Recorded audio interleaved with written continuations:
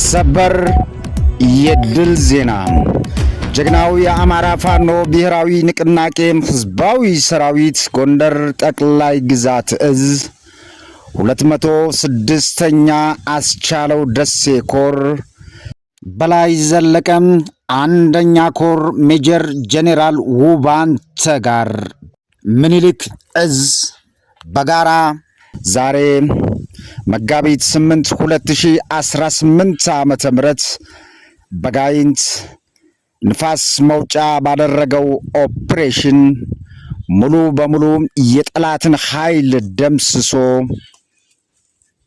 2 ዲሽቃ 10 ብሬን ከ500 በላይ ነፍስ ወከፍ የክላሽ መሳሪያዎችን የዲሽቃ የብሬንና የክላሽ ተተኳሾችን 1 ኤፍኤስአር 4 ስሬፍ መኪናዎችን ማርኳል።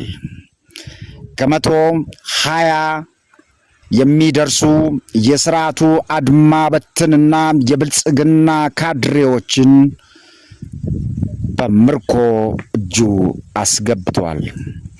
ጀግናው ህዝባዊ ሰራዊታችን ዛሬም ከንጋቱ 12 ሰዓት ሳይሞላ የጀመረው ኦፕሬሽን በጋይንት ከተማ መታሰቢያነቱ ለሜጀር ጄኔራል ውባንተ አማተ 2ኛ ዓመት የሰማዕትነት ቀን በታወጀው የድል ዘመቻ ድል በድል ሆኗል።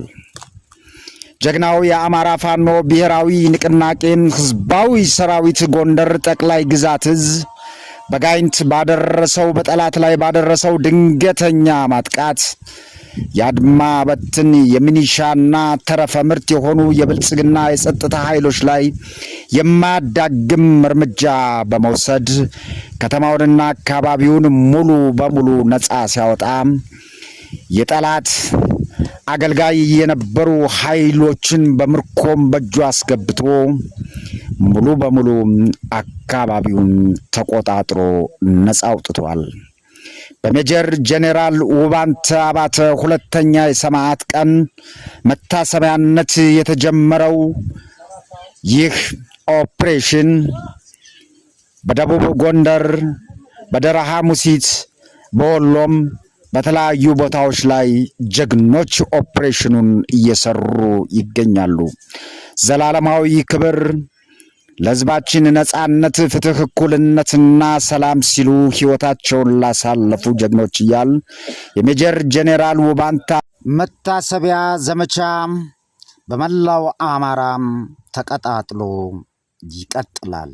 ድል ለአማራ ፋኖ ብሔራዊ ንቅናቄ ህዝባዊ ሰራዊት።